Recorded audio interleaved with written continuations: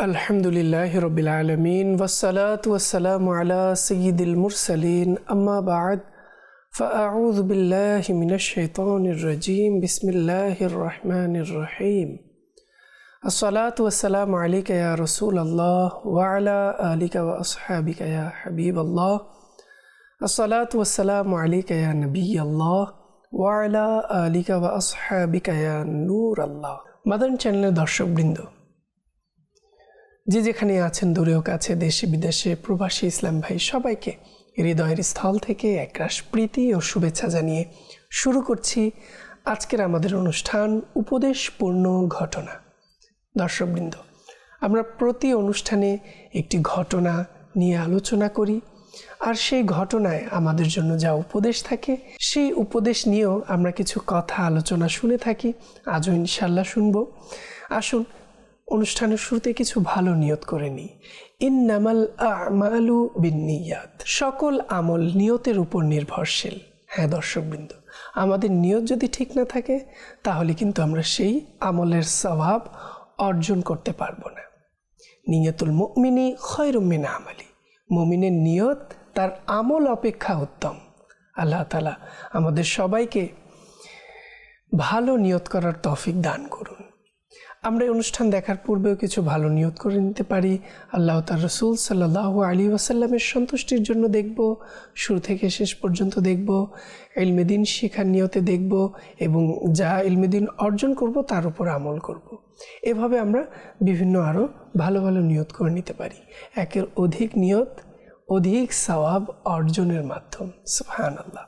দর্শকবৃন্দ, দুরূদ শরীফের অগণিত বেশুমার ফজিলত এবং বরকত বর্ণিত রয়েছে।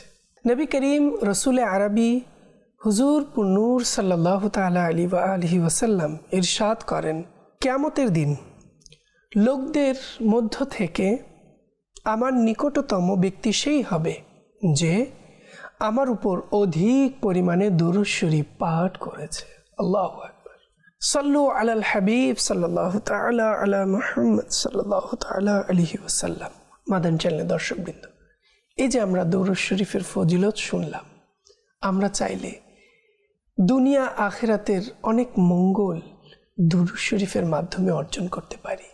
আল্লাহ তাআলা আমাদের সবাইকে দুরূদ শরীফ পাঠ করার তৌফিক দান করুন। দর্শকবৃন্দ, আজ আমরা যে ঘটনাটি নিয়েছি, আসুন সেই ঘটনা শুনি। উবাইদুল্লাহ বিন ওমর কাওয়ারিরি রাহমাতুল্লাহি তাআলা আলাইহি বর্ণনা করেন, আমি ঈশার নামাজ সর্বদা জামাতের সঙ্গে আদায় করতাম।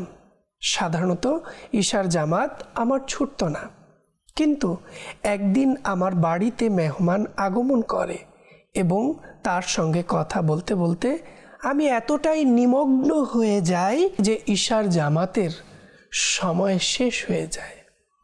কিছুক্ষণ পর আমি যখন বুঝতে পারলাম মসজিদগুলো তো ঈশার জামাত শেষ হয়ে গেছে, তখন আমি বসরা শহরের বিভিন্ন মহল্লায় গিয়ে খোঁজ নিলাম কোথাও ঈশার নামাজ বাকি আছে কিনা।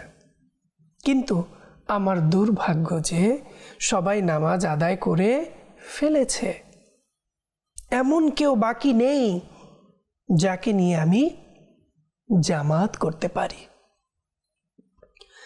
আমি তখন মনে মনে বললাম, আল্লাহর রসুল সাল্লাল্লাহু আলাইহি ওয়াসাল্লাম ইরশাদ করেছেন, জামাতে নামাজ একাকী নামাজ অপেক্ষা 21 গুণ উত্তম। সুবহানাল্লাহ।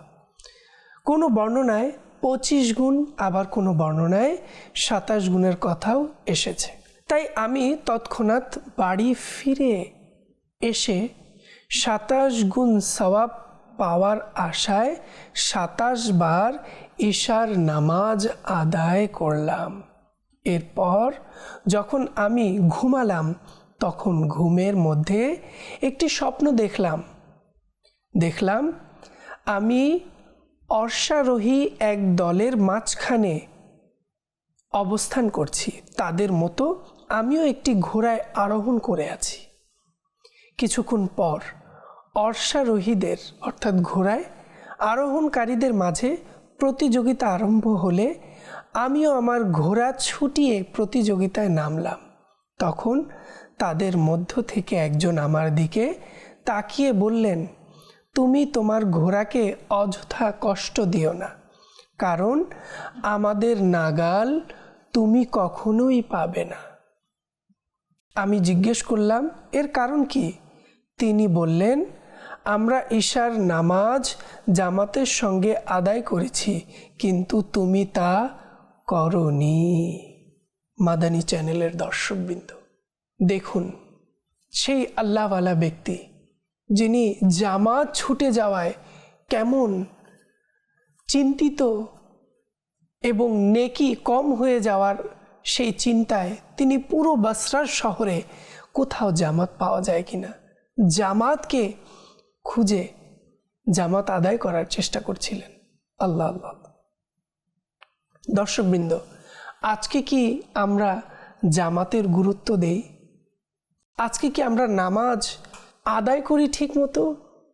এই যে নামাজের সওয়াব, জামাতের সওয়াব পাওয়ার আশায় আমরা কি কখনো চেষ্টা করি যে আমার কখনোই যেন নামাজ জামাত সহকারে আদায় ছুটে না যায়? এই প্রচেষ্টায় আমরা কখনো থাকি এই চিন্তায়? দেখুন, এই আল্লাহওয়ালা ব্যক্তিবর্গরা সবসময় নিজের ইবাদত, রিয়াজত এবং দিন ইসলামের সকল বিষয়গুলোকে তারা কিভাবে পালন করার চেষ্টা করতেন। তাদের অন্তরে কিভাবে আল্লাহ তাআলার ভয় ভীতি বিরাজ করত। নামাজ তো দূরের কথা, জামাতকে পর্যন্ত ত্যাগ করতেন না। আল্লাহ আল্লাহ আল্লাহ আল্লাহ তাআলা আমাদেরকেও এরকম জামাত ত্যাগ না করার, নামাজকে ত্যাগ না করার তৌফিক দান করুন। আমরা যেন সবসময় নামাজ আদায় করতে পারি, এই দোয়া আল্লাহ তাআলার দরবারে আমাদের করা উচিত। হযরত সাইয়্যিদুনা জারির বিন আব্দুল্লাহ রাদিয়াল্লাহু তাআলা আনহু বলেন, আমি রাসূল পাক সাল্লাল্লাহু আলাইহি ওয়াসাল্লামের দরবারে উপস্থিত ছিলাম। হুজুর সাল্লাল্লাহু আলাইহি ওয়াসাল্লাম পূর্ণিমা রাতের চাঁদের দিকে তাকিয়ে ইরশাদ করলেন, অতি শীঘ্রই অর্থাৎ কিয়ামতের দিন তোমরা আপন প্রতিপালককে এভাবেই দেখবে যেমনিভাবে এই চাঁদকে দেখছো। তবে যদি তোমাদের দ্বারা সম্ভব হয় তবে ফজর ও আসরের নামাজ কখনোই ত্যাগ করিও না। অতঃপর হযরত সাইয়্যিদুনা জারির বিন আব্দুল্লাহ রাদিয়াল্লাহু তাআলা আনহু এই আয়াতে মুবারাকাটি পাঠ করলেন। আর আপন প্রতিপালকের প্রশংসা সহকারে তার পবিত্রতা ঘোষণা করুন সূর্যোদয়ের পূর্বে এবং তা অস্তমিত হবার পূর্বে। দর্শকবৃন্দ, এখানেও যে আল্লাহ রাসূল সাল্লাল্লাহু আলাইহি ওয়াসাল্লাম ইরশাদ করেছেন, সম্ভব হলে ফজর ও আসরের নামাজ কখনোই মিস না করো। এখানে উদ্দেশ্য এটা নয় অন্যগুলো মিস করলেও চলবে, নাউজুবিল্লাহ, বরং এই দুটি নামাজ পড়তে আমাদের বেশি কষ্ট হয়ে থাকে। তো এই কষ্ট হয় এই সময়ের নামাজগুলোকে যদি আমরা আঁকড়ে ধরতে পারি, তাহলে অন্যান্য নামাজ ধারাবাহিকতার সাথে আমাদের আদায় হয়ে যাবে। আল্লাহ তাআলা আমাদের সবাইকে তৌফিক দান করুন। হযরত সাইয়্যিদুনা আবু বসরা গিফারি রাদিয়াল্লাহু তাআলা আনহু হতে বর্ণিত, নুরানি আকা প্রিয় মুস্তাফা সাল্লাল্লাহু আলাইহি ওয়াসাল্লাম ইরশাদ করেন, এই নামাজ অর্থাৎ আসরের নামাজ তোমাদের পূর্ববর্তীদের লোকদের দেয়া হয়েছিল, তখন তারা একে অবহেলা করল। সুতরাং যে তা নিয়মিত আদায় করবে সে দ্বিগুণ ডাবল প্রতিদান পাবে। সুবহানাল্লাহ সুবহানাল্লাহ।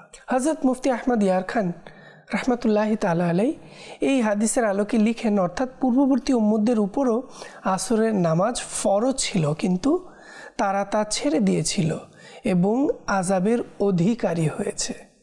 তোমরা তাদের কাছ থেকে শিক্ষা গ্রহণ করো। হ্যাঁ দর্শকবৃন্দ, আজ আমরা নামাজ অনেকে ছেড়ে দিই, আর বিপদে পড়লে তখন আমরা অভিযোগ করি, হে আল্লাহ, আমি কোন দোষ করলাম, কোন এমন পাপ করে ফেললাম যে পাপের শাস্তি আমাকে দিলে। অথচ আমরা যদি আমাদের পাপের হিসাব নিজেই করতে বসি, ক্যালকুলেটরে ধরা সম্ভব হবে না, তা গণনা করা সম্ভব হবে না, কারণ এত পরিমাণে গুনাহ হয়ে যাচ্ছে। নামাজকে ছেড়ে দিচ্ছি, মিথ্যা বলছি, গীবত করছি, মুসলমানদের মনে কষ্ট দিচ্ছি, ধোঁকা দিচ্ছি, তো কিভাবে আমরা আল্লাহ তাআলার দয়ার রহমত পাবো বা আমাদের উপর বিপদ আসবে না? এই বিপদ যাই কিছু আসছে, এ সব তো আমাদেরই আমলের প্রতিদান। আমাদেরই কর্মের ফল দর্শকবৃন্দ। তাই আমাদেরকে গুনাহ থেকে বাঁচতে হবে এবং আল্লাহ তাআলার সন্তুষ্টির জন্য নামাজ আদায় করতে হবে। আর এই নামাজ আদায় করলে আমরা আল্লাহ ও তার রসুলের সন্তুষ্টি অর্জন করতে পারবো এবং দুনিয়া আখিরাতে কামিয়াবি অর্জন করতে পারবো। এভাবে মাগরিবের নামাজের বিষয়ে খাদিমে নবী হযরত সাইয়্যিদুনা আনাস রাদিয়াল্লাহু তাআলা আনহু হতে বর্ণিত, প্রিয় নবী সাল্লাল্লাহু আলাইহি ওয়াসাল্লাম ইরশাদ করেন, যে ব্যক্তি মাগরিবের নামাজ জামাত সহকারে আদায় করলো তার জন্য কবুলকৃত হজ ও ওমরার সওয়াব লেখা হবে, আর তা এমনই যেন সে সবে কদরে ইবাদত করলো। সুবহানাল্লাহ, সুবহানাল্লাহ।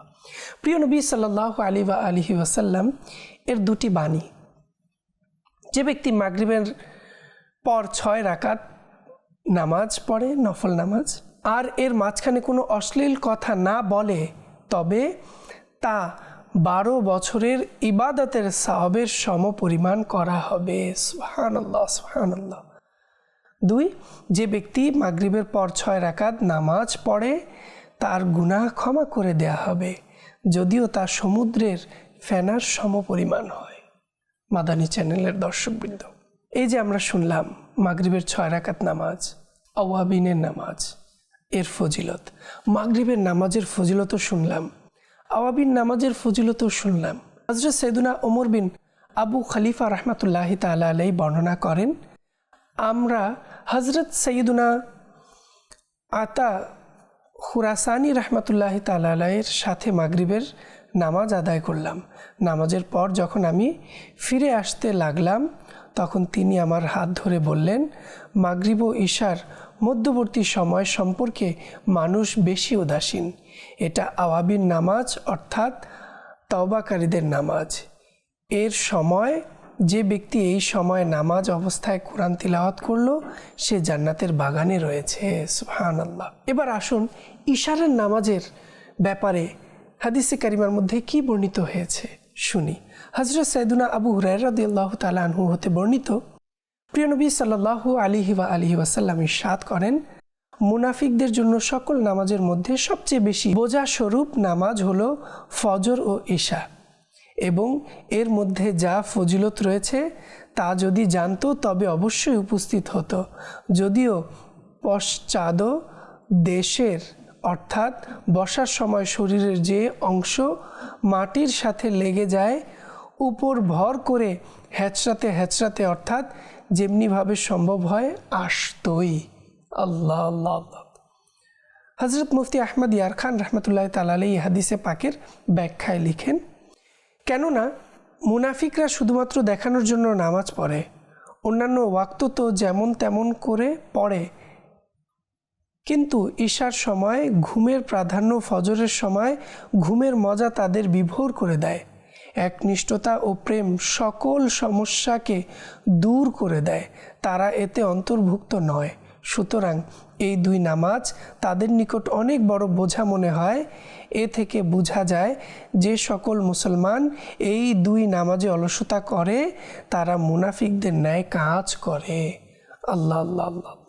মাদানী চ্যানেলের দর্শকবৃন্দ, ঈশার নামাজের ফজিলত এবং যারা এই ঈশার নামাজকেও আদায় করে না তারা মুনাফিকদের অন্তর্ভুক্ত। বরং 5 ওয়াক্ত নামাজকে যারা নিয়মিতভাবে সঠিকভাবে আদায় করে না তারা কোথাও এই সকল ব্যক্তিদের অন্তর্ভুক্ত তো নয়। দর্শকবৃন্দ, এটা আমাদের কোনো অমঙ্গলের ছোঁয়া তো নয়। আজ আমরা অপ্রয়োজনীয় বিনা কারণে ছোট ছোট কারণ দেখিয়ে আমরা নামাজকে ছেড়ে দেই, জামাতকে ছেড়ে দেই এবং নিজেদেরকে সেই জাহান্নামের আগুনের হকদার বানিয়ে ফেলি। আল্লাহ তাআলা আমাদের সবাইকে হিফাজত করুন। মাদানী চ্যানেলের দর্শকবৃন্দ, আজকের এই ঘটনা আমাদেরকে নামাজের প্রতি উৎসাহ দিচ্ছে, উপদেশ দিচ্ছে, জীবনের কোনো অবস্থাতেই যেন আমরা নামাজকে ছেড়ে না দেই, জামাতকে ছেড়ে না দেই। না হয় এই নামাজ আমাদের জন্য হিদায়াত, নূর এবং কিয়ামতে মাগফিরাতের কোনো মাধ্যমই হবে না। আল্লাহ তাআলা আমাদেরকে এ সকল বেনামাজিদের অন্তর্ভুক্তি থেকে হেফাজত করুন। আমরাও যেন নামাজ আদায় কামিয়াব হয়ে যাই। হুজুর আকরাম সাল্লাল্লাহু তাআলা আলাইহি ওয়াসাল্লাম ইরশাদ করেন, যে ব্যক্তি ঈশার পূর্বে ঘুমাবে আল্লাহ পাক তার চোখে ঘুম না দেখ। আল্লাহ আল্লাহ আল্লাহ আল্লাহ। দর্শকবৃন্দ, আজ আমরা অনেকেই অভিযোগ করে থাকি ঘুম আসে না, ঘুমের সমস্যা, ডাক্তারের কাছে যাই, এখানে যাই সেখানে যাই। কোথাও এই কারণটি তো নয় যে আমরা মাগরিবের পর ঈশার পূর্বেই ঘুমাই এবং এই ঘুমের মাধ্যমে আমাদের ঈশার নামাজকে আমরা নষ্ট করে ফেলি। আর এই কারণে হয়তো আমাদের চোখে ঘুম আসে না। যখন ঈশার নামাজ অতিবাহিত হয়ে যায় তখন আমরা ঘুম থেকে উঠেও নামাজ আদায় করি না, বরং অন্যান্য কাজে, গুনাহের কাজে, অপ্রয়োজনীয় কাজে ব্যস্ত হয়ে পড়ি। আমিরুল মুমিনিন হযরত সাইয়েদুনা ওমর ফারুক আজম রাদিয়াল্লাহু তাআলা আনহু নিজের বিচারককে একটি চিঠি লিখেন, যাতে এটা লেখা ছিল, যে ব্যক্তি ঈশার পূর্বে শুয়ে যায় আল্লাহ করুক যেন তার চোখে ঘুম না আসে।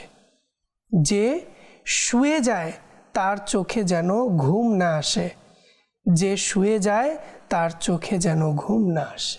আল্লাহ আল্লাহ আল্লাহ। সাইয়েদুনা ফারুক আজম রাদিয়াল্লাহু তাআলা আনহু এর বাণী সম্পর্কে মুফতি আহমদ ইয়ার খান নাইমি রহমতুল্লাহ তাআলা আলাইহি লিখেন, জনাবে ফারুক আজম এর এই দোয়া অবশ্য অসন্তুষ্টি প্রকাশের জন্য। মনে রাখবেন, ঈশার নামাজের পূর্বে ঘুমানো এবং ঈশার পর বিনা প্রয়োজনে জাগ্রত থাকা, এই দুটি কাজ সুন্নতের পরিপন্থী। আর নবী করিম সাল্লাল্লাহু আলাইহি ওয়াসাল্লামের অপছন্দনীয়, নবী করিম সাল্লাল্লাহু আলাইহি ওয়াসাল্লামের এর অপছন্দনীয়। কিন্তু ঈশার পূর্বে ঘুমিয়ে গিয়ে নামাজই না পড়া এবং অনুরূপভাবে ঈশার পর জাগ্রত থেকে ফজর কাজা করে দেয়া হারাম। কেননা হারাম সম্পাদনের মাধ্যমেও হারাম হয়ে থাকে। আল্লাহ তাআলা আমাদের সবাইকে এ সকল কাজকর্ম থেকে হেফাজত করুন, আমরা যেন সঠিকভাবে নামাজ আদায় করতে পারি সেই তৌফিক আমাদেরকে দান করুন। মাদানী চ্যানেলের দর্শকবৃন্দ, আমরা আজ এই ঘটনা থেকে কি উপদেশ পেলাম? যে নামাজ আমাদের জন্য অত্যন্ত গুরুত্বপূর্ণ। আল্লাহ তাআলা সকল মুসলমানদের উপর নামাজকে ফরজ করেছেন। ঈমানের পর দ্বিতীয় হচ্ছে নামাজ, আর কিয়ামতের দিন সর্বপ্রথম নামাজের হিসাব নেওয়া হবে। তাই আমরা যেন কখনো নামাজকে বর্জন না করি, জামাতকে বর্জন না করি। আল্লাহ তাআলা আমরা যা শুনলাম এগুলোকে মনে রেখে আমল করার তৌফিক দান করুন। আজ এ পর্যন্তই। আগামী পর্বের আমন্ত্রণ জানিয়ে আজ এখানেই বিদায় নিচ্ছি। যে যেখানেই থাকুন না কেন সুস্থ থাকুন, ভালো থাকুন, নিয়মিত দেখতে থাকুন মাদানী চ্যানেল বাংলা। সাল্লু আলাল হাবিব সাল্লাল্লাহু তাআলা আলা মুহাম্মদ সাল্লাল্লাহু তাআলা আলাইহি ওয়া আলিহি ওয়াসাল্লাম।